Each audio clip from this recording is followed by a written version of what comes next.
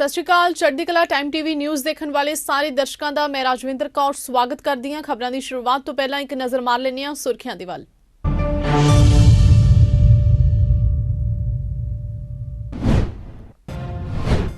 ਦਿੱਲੀ ਨਗਰ ਨਿਗਮ ਚੋਣਾਂ 'ਚ ਸ਼ੁਰੂਆਤੀ ਰੁਝਾਨਾਂ ਦੇ ਵਿੱਚ ਆਪ ਦੀ ਜਿੱਤ ਤੈਅ। ਬੀਜੇਪੀ ਨੇ 103 ਸੀਟਾਂ ਤੇ ਕੀਤਾ ਕਬਜ਼ਾ। ਕਾਂਗਰਸ ਚੱਲ ਰਹੀ ਹੈ ਤੀਜੇ ਨੰਬਰ ਤੇ।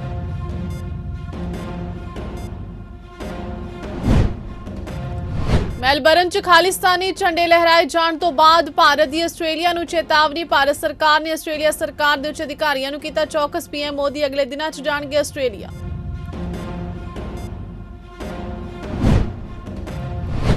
ਮੁਕਤਸਰ 'ਚ ਸਕੂਲ ਜਾ ਰਹੇ ਵਿਦਿਆਰਥੀਆਂ ਨਾਲ ਵਾਪਰਿਆ ਦਰਦਨਾਕ ਹਾਦਸਾ। ਸਕੇ ਭੈਣ ਭਰਾ ਦੀ ਹੋਈ ਮੌਤ।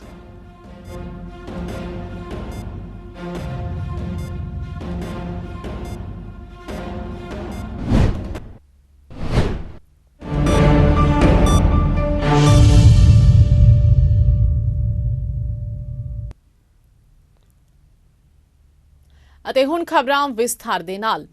ਦਿੱਲੀ ਨਗਰ ਨਿਗਮ ਚੋਣਾਂ ਵਿੱਚ 250 ਸੀਟਾਂ ਤੇ ਉਮੀਦਵਾਰਾਂ ਦੀ ਕਿਸਮਤ ਦਾਅ ਤੇ ਲੱਗੀ ਹੋਈ ਹੈ, ਜਿਸ ਦੇ ਚੱਲਦਿਆਂ ਸ਼ੁਰੂਆਤੀ ਰੁਝਾਨਾਂ ਵਿੱਚ ਕਿਹਾ ਜਾ ਸਕਦਾ ਹੈ ਕਿ ਆਮ ਆਦਮੀ ਪਾਰਟੀ ਜਿੱਤ ਦੇ ਬਿਲਕੁਲ ਨੇੜੇ ਪਹੁੰਚ ਚੁੱਕੀ ਹੈ। ਹੁਣ ਤੱਕ 196 ਵਾਰਡਾਂ ਦੇ ਨਤੀਜੇ ਆ ਚੁੱਕੇ ਨੇ, ਜਿੱਤੇ 106 ਸੀਟਾਂ ਤੇ ਆਪ ਅੱਗੇ ਚੱਲ ਰਹੀ ਹੈ। ਆਮ ਆਦਮੀ ਪਾਰਟੀ ਨੇ ਦਿੱਲੀ ਨਗਰ ਨਿਗਮ ਚੋਣਾਂ ਵਿੱਚ 135 ਸੀਟਾਂ ਤੇ बढ़त ਬਣਾਈ ਹੋਈ ਹੈ। ਬੀਜੇਪੀ ਦੂਜੇ ਸਥਾਨ ਤੇ 102 ਸੀਟਾਂ ਤੇ ਚੱਲ ਰਹੀ ਹੈ, ਜਦੋਂ ਕਿ ਕਾਂਗਰਸ ਦੇ ਪਾਲੇ ਵਿੱਚ 10 ਸੀਟਾਂ ਹੀ ਆਈਆਂ ਨੇ ਤੇ ਹੋਰ ਪਾਰਟੀਆਂ ਨੇ 3 ਸੀਟਾਂ ਤੇ ਅੱਗੇ ਚੱਲ ਰਹੀਆਂ ਨੇ। ਪਾਰਟੀ ਦੇ ਆ ਰਹੇ ਤਾਜ਼ਾ ਰੁਝਾਨਾਂ ਨੂੰ ਲੈ ਕੇ ਆਪ ਪਾਰਟੀ ਦੇ ਸਮਰਥਕਾਂ ਨੇ ਜਸ਼ਨ ਮਨਾਉਣੇ ਸ਼ੁਰੂ ਕਰ ਦਿੱਤੇ ਨੇ, ਜਦੋਂ ਕਿ ਬੀਜੇਪੀ ਜਿੱਤ ਤੋਂ ਖੁੰਝ ਗਈ ਹੈ।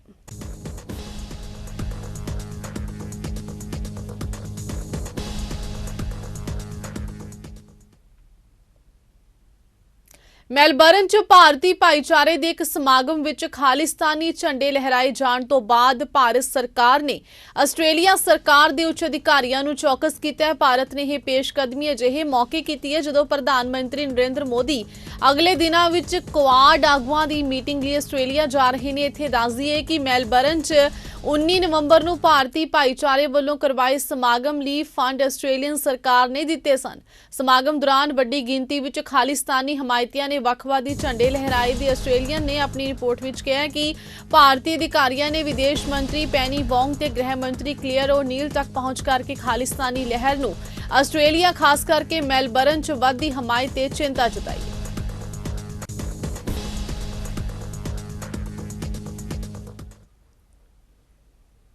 ਕੈਨੇਡਾ ਵਿੱਚ ਖਾਲਿਸਤਾਨੀ ਏਜੰਡੇ ਦੇ ਖਿਲਾਫ ਹੁਣ ਭਾਰਤੀ ਮੂਲ ਦੇ ਹਿੰਦੂਆਂ ਨੇ ਇਕਜੁੱਟ ਹੋਣਾ ਸ਼ੁਰੂ ਕਰ ਦਿੱਤਾ ਹੈ। ਹਾਲਾਂਕਿ ਕੈਨੇਡਾ ਦੀ ਸੰਸਦ ਵਿੱਚ ਹਿੰਦੂ ਮੈਂਬਰ ਆਫ ਪਾਰਲੀਮੈਂਟਸ ਦੀ ਗਿਣਤੀ ਆਬਾਦੀ ਦੇ ਲਿਹਾਜ਼ ਨਾਲ ਘੱਟ ਹੈ, ਪਰ ਹੁਣ ਹਿੰਦੂ ਭਾਈਚਾਰੇ ਦੇ ਲੋਕ ਪ੍ਰੈਸ਼ਰ ਗਰੁੱਪ ਬਣਾ ਕੇ ਖਾਲਿਸਤਾਨੀ ਸਮਰਥਕਾਂ ਤੇ ਦਬਾਅ ਬਣਾਉਣ ਦਾ ਕੰਮ ਕਰ ਰਹੇ ਨੇ।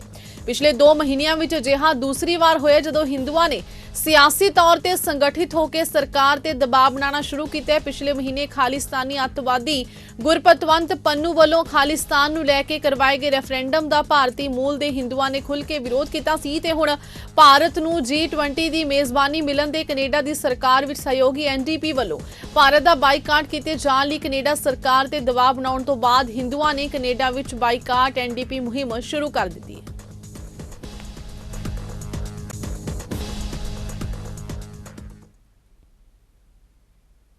ਤਾਮਿਲਨਾਡੂ ਦੇ ਕੁੰਭਕੋਨਮ ਵਿੱਚ ਇੱਕ ਹਿੰਦੂ ਸੰਗਠਨ ਦੇ ਇੱਕ ਪੋਸਟਰ ਨੂੰ ਲੈ ਕੇ ਵਿਵਾਦ ਖੜਾ ਹੋ ਗਿਆ ਹੈ, ਜਿਸ ਵਿੱਚ ਡਾਕਟਰ ਭੀਮ ਰਾਓ ਅੰਬੇਦਕਰ ਨੂੰ ਭਗਵੇਂ ਬਸਤਰ ਪਹਿਨਾ ਅਤੇ ਉਹਨਾਂ ਦੀ ਬਰਸੀ ਦੇ ਮੌਕੇ ਉੱਤੇ ਮੱਥੇ ਉੱਤੇ ਚੰਦਨ ਦਾ ਲੇਪ ਲਗਾਇਆ ਹੋਇਆ ਦਿਖਾਇਆ ਗਿਆ।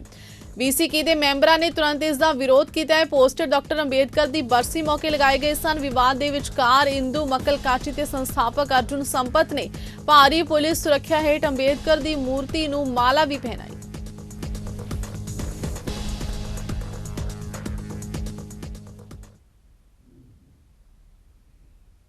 ਰਾਜਸਥਾਨ ਦੇ ਗੰਗਾਨਗਰ ਜ਼ਿਲ੍ਹੇ 'ਚ ਸ਼੍ਰੀ ਕਰਨਪੁਰ ਕੋਲ ਸਰਹੱਦੀ ਸੁਰੱਖਿਆ ਫੋਰਸ ਨੇ ਇੱਕ ਪਾਕਿਸਤਾਨੀ ਘੁਸਪੈਠੀਏ ਨੂੰ ਮਾਰ ਸੁੱਟਿਆ।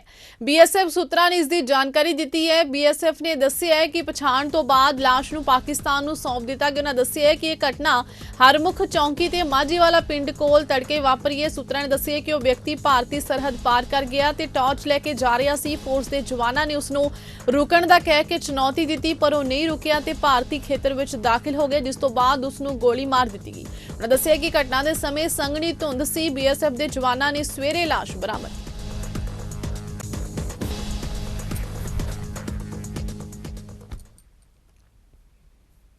ਪੰਜਾਬ ਦੇ ਖੇਤੀਬਾੜੀ, ਪੇਂਡੂ ਵਿਕਾਸ ਤੇ ਪੰਚਾਇਤ ਮੰਤਰੀ ਕੁਲਦੀਪ ਸਿੰਘ ਧਾਲੀਵਾਲ ਨੇ ਪਿਛਲੇ ਕਈ ਸਾਲਾਂ 'ਚ ਸਰਕਾਰਾਂ ਵੱਲੋਂ ਗਰੀਬਾਂ ਨੂੰ ਅਲਾਟ ਕੀਤੇ ਗਏ 5-5 ਮਰਲੇ ਦੇ ਪਲਾਟਾਂ ਨੂੰ ਲੈ ਕੇ ਸਾਰੀ ਜਾਣਕਾਰੀ ਤਲਬ ਕਰ ਲਈ ਗਈ ਹੈ। ਜਾਣਕਾਰੀ ਪੰਜਾਬ ਸਰਕਾਰ ਨੇ ਇੱਕ ਲਿਖਤੀ ਨੋਟੀਫਿਕੇਸ਼ਨ ਵੀ ਜਾਰੀ ਕੀਤਾ ਹੈ ਜੋ ਸੂਬੇ ਦੇ ਸਮੂਹ ਵਧੀਕ ਜ਼ਿਲ੍ਹਾ ਮੈਜਿਸਟ੍ਰੇਟਾਂ ਵਿਕਾਸ, ਜ਼ਿਲ੍ਹਾ ਵਿਕਾਸ ਤੇ ਪੰਚਾਇਤ ਅਧਿਕਾਰੀਆਂ ਤੇ ਬਲਾਕ ਪੰਚਾਇਤ ਅਧਿਕਾਰੀਆਂ ਨੂੰ ਭੇਜਿਆ ਗਿਆ। ਕੈਬਨਿਟ ਮੰਤਰੀ ਧਾਲੀਵਾਲ ਨੇ ਦੱਸਿਆ ਕਿ ਅਧਿਕਾਰੀਆਂ ਨੂੰ ਬੇਘਰੇ ਤੇ ਬੇਜ਼ਮੀਨੇ ਲੋਕਾਂ ਨੂੰ 5-5 ਮਰਲੇ ਦੇ ਪਲਾਟ ਅਲਾਟ ਕਰਨ ਸੰਬੰਧੀ ਜਾਣਕਾਰੀ ਗੂਗਲ ਸ਼ੀਟ ਤੇ ਭਰਨ ਲਈ ਕਿਹਾ ਗਿਆ। ਉਹਨਾਂ ਦੱਸਿਆ ਕਿ ਸਾਬਕਾ ਅਕਾਲੀ ਤੇ ਕਾਂਗਰਸ ਸਰਕਾਰ ਗਰੀਬਾਂ ਨੂੰ 5-5 ਮਰਲੇ ਦੇ ਪਲਾਟ ਦੇਣ ਦਾ ਵਾਅਦਾ ਕਰਕੇ ਵੋਟਾਂ ਲੈ ਰਹੀਆਂ ਨੇ, ਪਰ ਇਹਨਾਂ ਲੋਕਾਂ ਨੂੰ ਹਕੀਕਤ ਵਿੱਚ ਪਲਾਟਾਂ ਦੀ ਅਲਾਟਮੈਂਟ ਨਹੀਂ ਕੀਤੀ ਗਈ। ਉਹਨਾਂ ਕਿਹਾ ਕਿ ਬੇਘਰੇ ਪਰਿਵਾਰਾਂ ਨੂੰ ਹੁਣ ਤੱਕ ਅਲਾਟ ਕੀਤੇ ਗਏ 5-5 ਮਰਲੇ ਦੇ ਪਲਾਟਾਂ ਦੀ ਸਾਰੀ ਜਾਣਕਾਰੀ 20 ਦਸੰਬਰ ਤੱਕ ਮੁਕੰਮਲ ਕਰਕੇ ਭੇਜੀ ਜਾਣੀ। ਉਹਨਾਂ ਇਹ ਵੀ ਦੱਸਿਆ ਕਿ ਜੋ ਅਧਿਕਾਰੀ ਇਹਨਾਂ ਹਦਾਇਤਾਂ ਦੀ ਉਲੰਘਣਾ ਕਰੇਗਾ ਉਸ ਦੇ ਖਿਲਾਫ ਸਰਕਾਰ ਵੱਲੋਂ ਕਾਰਵਾਈ ਕੀਤੀ ਜਾਵੇਗੀ।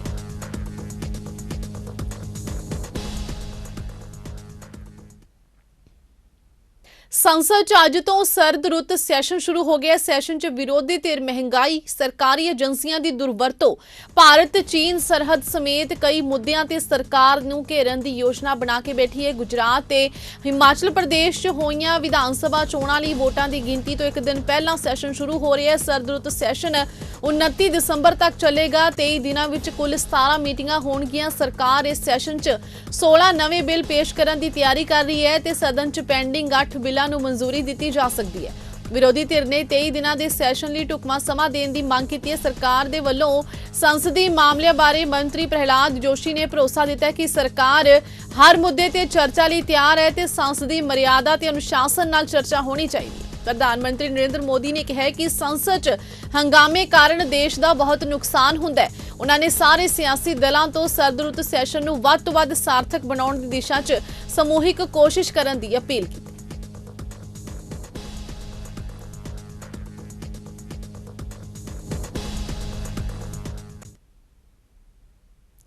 ਪ੍ਰੇਮ ਵਿਆਹ ਦਾ ਅੰਤ ਹਮੇਸ਼ਾ ਮਾੜਾ ਹੀ ਹੁੰਦਾ ਹੈ। ਤਾਜ਼ਾ ਮਾਮਲਾ ਸਾਹਮਣੇ ਆਇਆ ਤਰਨਤਾਰਨ ਦੇ ਪਿੰਡ ਅਲਾਦਿਨਪੁਰ ਵਿਖੇ, ਜਿੱਥੇ ਪ੍ਰੇਮ ਵਿਆਹ ਤੋਂ ਕੁਝ ਸਮੇਂ ਬਾਅਦ ਲੜਕੇ ਵੱਲੋਂ ਲੜਕੀ ਦੀ ਕੁੱਟਮਾਰ ਕਰਨ ਦੀ ਗੱਲ ਸਾਹਮਣੇ ਆਈ ਹੈ। ਪੀੜਤਾ ਸਿਮਰਨਜੀਤ ਨੇ ਕਿਹਾ ਕਿ ਉਸ ਨੂੰ ਕਈ ਵਾਰ ਪਿੰਡ ਦੀ ਪੰਚਾਇਤ ਨੇ ਰਾਜ਼ੀਨਾਮਾ ਕਰਵਾ ਕੇ ਸਹੁਰੇ ਘਰ ਰਹਿਣ ਦਿੱਤਾ, ਪਰ ਸਮਾਂ ਬੀਤਣ ਤੋਂ ਬਾਅਦ ਉਸ ਦਾ ਪਤੀ ਤੇ ਸਹੁਰਾ ਪਰਿਵਾਰ ਮਿਲ ਕੇ ਉਸ ਦੀ ਕੁੱਟਮਾਰ ਕਰਦੇ ਰਹੇ ਤੇ ਦਾਜ ਦੀ ਮੰਗ ਕਰਨ ਲੱਗੇ, ਜਿਸ ਲਈ ਪੀੜਤ ਲੜਕੀ ਨੇ ਇਨਸਾਫ ਦੀ ਮੰਗ ਕੀਤੀ। ਦੂਜੇ ਪਾਸੇ ਮਾਮਲੇ ਦੀ ਜਾਂਚ ਕਰ ਰਹੇ ਥਾਣਾ ਸਦਰ ਦੇ SI ਵੇਦ ਪ੍ਰਕਾਸ਼ ਨਾਲ ਗੱਲ ਕੀਤੀ ਤਾਂ ਉਹਨਾਂ ਕਿਹਾ ਕਿ ਦੋਨਾਂ ਪਰਿਵਾਰਾਂ ਦੀਆਂ ਦਰਖਾਸਤਾਂ ਉਹਨਾਂ ਕੋਲ ਆਈਆਂ ਨੇ, ਜਿਸ ਦੀ ਜਾਂਚ ਗੰਭੀਰਤਾ ਨਾਲ ਜਾਰੀ ਹੈ ਤੇ ਇਸ ਮਾਮਲੇ ਵਿੱਚ ਜੋ ਵੀ ਦੋਸ਼ੀ ਪਾਇਆ ਜਾਂਦਾ ਉਸ ਖਿਲਾਫ ਬਣਦੀ ਕਾਨੂੰਨੀ ਕਾਰਵਾਈ ਕੀਤੀ ਜਾਵੇ।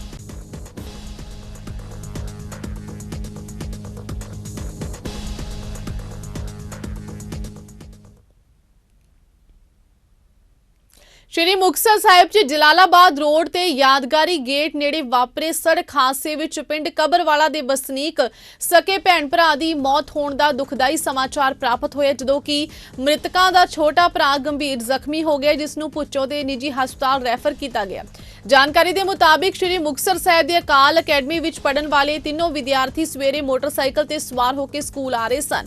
ਦੱਸਿਆ ਜਾ ਰਿਹਾ ਹੈ ਕਿ ਜਦੋਂ ਇਹ ਤਿੰਨੋਂ ਜਲਾਲਾਬਾਦ ਰੋਡ ਯਾਦਗਾਰੀ ਗੇਟ ਨੇੜੇ ਪਹੁੰਚੇ ਤਾਂ ਇੱਕ ਟਰੱਕ ਚਾਲਕ ਨੇ ਇਹਨਾਂ ਦੇ ਮੋਟਰਸਾਈਕਲ ਨੂੰ ਟੱਕਰ ਮਾਰ ਦਿੱਤੀ, ਜਿਸ ਨਾਲ ਇਹ ਭਿਆਨਕ ਹਾਦਸਾ ਵਾਪਰਿਆ ਤੇ 10ਵੀਂ ਜਮਾਤ 'ਚ ਪੜ੍ਹਨ ਵਾਲੇ ਵਿਦਿਆਰਥੀ 15 ਸਾਲਾ ਗੁਰਸੇਵਕ ਸਿੰਘ ਪੁੱਤਰ ਹਰਿੰਦਰ ਸਿੰਘ ਤੇ ਉਸ ਦੀ ਭੈਣ 12 ਸਾਲਾ ਪ੍ਰਭਜੋਤ ਕੌਰ ਦੀ ਮੌਕੇ ਤੇ ਮੌਤ ਹੋ ਗਈ, ਜਦੋਂ ਕਿ 8 ਸਾਲਾ ਛੋਟਾ ਭਰਾ ਨਵਤੇਜ ਜ਼ਖਮੀ ਹੋ ਗਏ, ਜਿਸ ਨੂੰ ਭੁੱਚੋ ਦੇ ਨਿੱਜੀ ਹਸਪਤਾਲ ਰੈਫਰ ਕੀਤਾ ਗਿਆ। ਮੌਕੇ ਤੇ ਪਹੁੰਚੇ DSP ਰਾਜੇਸ਼ ਕੁਮਾਰ ਨੇ ਟੀਮ ਸਮੇਤ ਪਹੁੰਚ ਕੇ ਮਾਮਲੇ ਦੀ ਜਾਂਚ ਸ਼ੁਰੂ ਕਰ ਦਿੱਤੀ ਹੈ।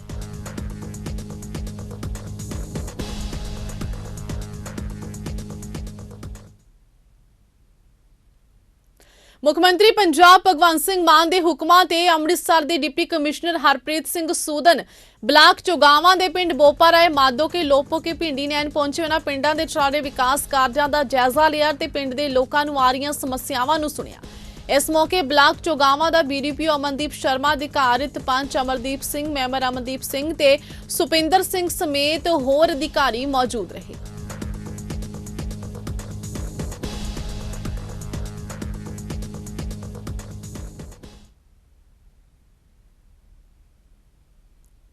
ਪਿਛਲੇ ਦਿਨੀ ਬਠਿੰਡਾ ਦੇ ਵੂਮਨ ਐਂਡ ਚਿਲਡਰਨ ਸਿਵਲ ਹਸਪਤਾਲ ਤੋਂ 4 ਦਿਨ ਦੇ ਇੱਕ ਨਵਜੰਮੇ ਬੱਚੇ ਨੂੰ ਮਾਂ ਧੀ ਚੋਰੀ ਕਰਕੇ ਫਰਾਰ ਹੋਈਆਂ ਸਨ। ਜ਼ਿਲ੍ਹਾ ਪੁਲਿਸ ਨੇ ਦੋਵੇਂ ਦੋਸ਼ੀਆਂ ਨੂੰ ਗ੍ਰਿਫਤਾਰ ਕਰ ਲਿਆ ਤੇ ਉਹਨਾਂ ਤੋਂ ਪੁੱਛਗਿੱਛ ਕੀਤੀ ਜਾ ਰਹੀ ਹੈ। ਨਾਲ ਹੀ ਬਠਿੰਡਾ ਦੇ ਇੱਕ ਸਮਾਜ ਸੇਵੀ ਦੀ ਮਦਦ ਨਾਲ ਬੱਚੇ ਨੂੰ ਪਿੰਡ ਮਲੂਕਾ ਤੋਂ ਸੁਰੱਖਿਅਤ ਬਰਾਮਦ ਕਰ ਲਿਆ ਗਿਆ। ਹਾਲਾਂਕਿ ਬੱਚੇ ਨੂੰ ਸਰਦੀ ਲੱਗੀ ਹੋਈ ਹੈ ਪਰ ਹਾਲਤ ਖਤਰੇ ਤੋਂ ਬਾਹਰ ਹੈ ਤੇ ਹਸਪਤਾਲ ਵਿੱਚ ਬੱਚਾ ਡਾਕਟਰਾਂ ਦੀ ਨਿਗਰਾਨੀ ਵਿੱਚ ਹੈ। ਦੋਸ਼ੀ ਮਾਂ ਧੀ ਬਠਿੰਡਾ ਦੇ ਪਿੰਡ ਕੋਠਾ ਗੁਰੂ ਦੀ ਰਹਿਣ ਵਾਲੀਆਂ ਨੇ। ਦੋਵਾਂ ਨੇ ਬੱਚੇ ਨੂੰ ਮਲੂਕਾ ਪਿੰਡ ਵਿੱਚ ਲੁਕਾ ਕੇ ਰੱਖਿਆ ਹੋਇਆ ਸੀ। ਐਸਐਸਪੀ ਬਠਿੰਡਾ ਕੁਝ ਦੇਰ ਮਾਮਲੇ ਵਿੱਚ ਪ੍ਰੈਸ ਕਾਨਫਰੰਸ ਕਰਕੇ ਜਾਣਕਾਰੀ ਦੇਣਗੇ ਤੇ ਦੋਸ਼ੀਆਂ ਦੇ ਸਿਵਲ ਹਸਪਤਾਲ ਤੋਂ ਬੱਚਾ ਚੋਰੀ ਫਰਾਰ ਹੋਣ ਤੋਂ ਬਾਅਦ ਬਠਿੰਡਾ ਪੁਲਿਸ ਨੇ ਉਸ ਦੀ ਫੋਟੋ ਨੂੰ ਵਾਇਰਲ ਕੀਤਾ ਸੀ। ਸੀਆਈਏ ਸਟਾਫ ਨੇ ਪਹਿਲਾਂ ਦੋਸ਼ੀ ਮਹਿਲਾ ਦੇ ਲੜਕੇ ਨੂੰ ਫੜਿਆ। ਉਸਨੇ ਪੁਲਿਸ ਨੂੰ ਦੱਸਿਆ ਕਿ ਉਸਦੀ ਮਾਂ ਤੇ ਭੈਣ ਨੇ ਹੀ ਬੱਚਾ ਚੋਰੀ ਕੀਤਾ। ਉਸਨੇ ਦੱਸਿਆ ਕਿ ਪਿੰਡ ਮਲੂਕਾ ਵਿੱਚ ਇੱਕ ਮਕਾਨ ਕਿਰਾਏ ਤੇ ਲੈ ਕੇ ਦੋਸ਼ੀਆਂ ਨੇ ਬੱਚੇ ਨੂੰ ਉੱਥੇ ਲੁਕੋਇਆ। ਇਸ ਦੇ ਬਾਅਦ ਪੁਲਿਸ ਨੇ ਉੱਥੇ ਛਾਪੇਮਾਰੀ ਕਰਕੇ ਬੱਚੇ ਨੂੰ ਬਰਾਮਦ ਕਰ ਲਿਆ।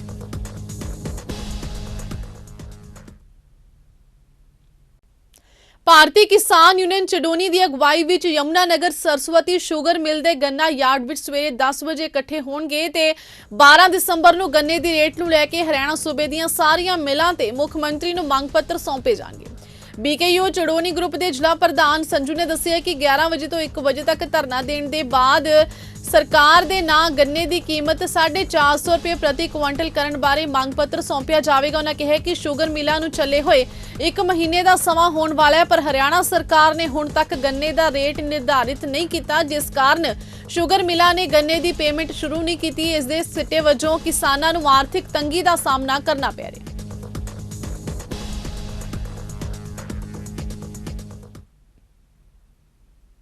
ਉਧਰ ਕੁਟੇਲ ਰੋਡ ਤੇ ਟਰਾਲੇ ਨਾਲ ਬਾਈਕ ਟਕਰਾ ਜਾਣ ਨਾਲ 3 ਨੌਜਵਾਨਾਂ ਦੀ ਦਰਦਨਾਕ ਮੌਤ ਹੋ ਗਈ ਹੈ। ਨੌਜਵਾਨਾਂ ਦੀ ਪਛਾਣ ਸਚਿਨ, ਨਿਸ਼ਾਨ ਤੇ ਸੰਦੀਪ ਵਜੋਂ ਹੋਈ ਹੈ। ਤਿੰਨਾਂ ਦੀ ਉਮਰ 17 ਤੋਂ 20 ਸਾਲ ਦੇ ਕਰੀਬ ਦੱਸੀ ਜਾ ਰਹੀ ਹੈ। ਇਹਨਾਂ ਦਾ ਕਸੂਰ ਬਸ ਇਹੀ ਸੀ ਕਿ ਇਹਨਾਂ ਨੂੰ ਯਕੀਨ ਸੀ ਕਿ ਸੜਕ ਤੇ ਸੁਰੱਖਿਅਤ ਘਰ ਪਹੁੰਚ ਜਾਣਗੇ। ਜਾਣਕਾਰੀ ਦੇ ਮੁਤਾਬਿਕ ਗੀਤਾ ਜਯੰਤੀ ਮਨਾਉਣ ਲਈ 6 ਨੌਜਵਾਨ ਸਚਿਨ, ਨਿਸ਼ਾਨ, ਸੰਦੀਪ, ਅੰਕਿਤ, ਗੌਰਵ ਤੇ ਮਨੀਸ਼ ਕੁਰਕਸ਼ੇਤਰ ਗਏ ਸਨ ਪਰ ਲਗਭਗ 11 ਵਜੇ ਜਦੋਂ ਉਹ ਘਰ ਪਰਤ ਰਹੇ ਸਨ ਤਾਂ ਰਸਤੇ ਵਿੱਚ ਇੱਕ ਬਾਈਕ ਦਾ ਪੈਟਰੋਲ ਖਤਮ ਹੋ ਗਿਆ, ਜਿਸ ਕਾਰਨ ਉਹ ਪੈਟਰੋਲ ਪਵਾਉਣ ਲਈ ਚਲੇ ਗਏ ਜਦੋਂ ਕਿ ਬਾਕੀ 5 ਨੌਜਵਾਨ ਬਾਈਕ ਤੇ ਸਵਾਰ ਹੋ ਕੇ ਚਲੇ ਗਏ। ਪਿੰਡ ਮੁਬਾਰਕਬਾਦ ਨੇੜੇ ਪਹੁੰਚੇ ਤਾਂ ਸੜਕ ਤੇ ਇੱਕ ਖਰਾਬ ਟਰਾਲਾ ਖੜਿਆ ਸੀ। ਇਸੇ ਦਰਮਿਆਨ ਸਾਹਮਣੇ ਆ ਰਹੀ ਕਾਰ ਦੀ ਲਾਈਟ ਬਾਈਕ ਚਲਾ ਰਹੇ ਨੌਜਵਾਨ ਦੀ ਅੱਖਾਂ ਵਿੱਚ ਪੈ ਗਈ ਤੇ ਆਪਣਾ ਸੰਤੁਲਨ ਗੁਆ ਬੈਠਾ ਤੇ ਬਾਈਕ ਸਿੱਧਾ ਟਰਾਲੇ ਵਿੱਚ ਜਾ ਵੱਜੀ।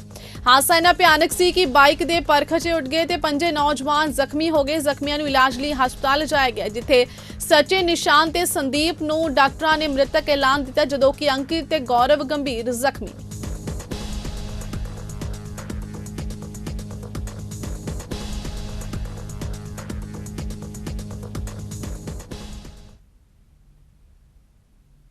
ਆਰਬੀਆਈ ਨੇ ਮੁਦਰਾ ਨੀਤੀ ਕਮੇਟੀ ਦੇ ਫੈਸਲਿਆਂ ਦਾ ਐਲਾਨ ਕੀਤਾ ਹੈ। ਇਸ ਵਾਰ ਵੀ ਮਹਿੰਗਾਈ ਨੂੰ ਕੰਟਰੋਲ ਕਰਨ ਲਈ ਵਿਆਜ ਦਰਾਂ ਵਧਾਉਣ ਦਾ ਫੈਸਲਾ ਕੀਤਾ ਗਿਆ। ਐਮਪੀਸੀ ਨੇ ਸਮੀਖਿਆ ਬੈਠਕ ਵਿੱਚ ਰੈਪੋ ਰੇਟ ਵਿੱਚ ਵਾਧਾ ਕੀਤਾ। ਇਸ ਦੇ ਨਾਲ ਹੀ ਮੁਦਰਾ ਨੀਤੀ ਕਮੇਟੀ ਨੇ ਆਪਣੀ ਮੀਟਿੰਗ ਵਿੱਚ ਐਲਏਐਫ ਦੇ ਤਹਿਤ ਪਾਲਿਸੀ ਰੈਪੋ ਦਰ ਨੂੰ 35 ਆਧਾਰ ਅੰਕ ਜਾਂ 0.35% ਵਧਾ ਕੇ 6.25% ਕਰਨ ਦਾ ਫੈਸਲਾ ਕੀਤਾ। ਜੇਕਰ ਅੱਜ ਦੇ ਵਾਅਦੇ ਨੂੰ ਮਿਲਾ ਕੇ ਦੇਖਿਆ ਜਾਵੇ ਤਾਂ ਪਿਛਲੇ 7 ਮਹੀਨਿਆਂ ਵਿੱਚ ਆਰਬੀਆਈ ਵੱਲੋਂ ਵਿਆਜ ਦਰਾਂ ਵਿੱਚ ਇਹ 5ਵਾਂ ਵਾਧਾ ਹੈ। ਕੇਂਦਰੀ ਬੈਂਕ ਨੇ ਮਈ ਵਿੱਚ ਵਿਆਜ ਦਰਾਂ ਵਿੱਚ 0.40%, ਜੂਨ, ਅਗਸਤ ਤੇ ਸਤੰਬਰ ਵਿੱਚ 0.50% ਦਾ ਵਾਧਾ ਕੀਤਾ।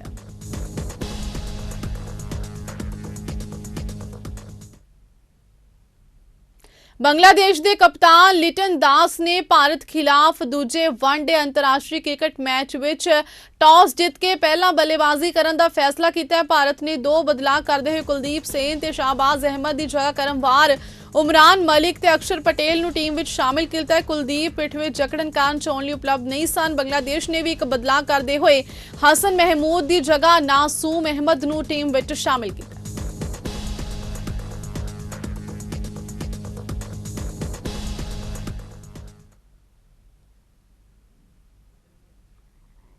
ਅਤੇ ਹੁਣ ਨਜ਼ਰ ਮਾਰਦੇ ਹਾਂ ਅੱਜ ਦੇ ਮੌਸਮ ਦੇ ਹਾਲ ਦੇ ਵੱਲ।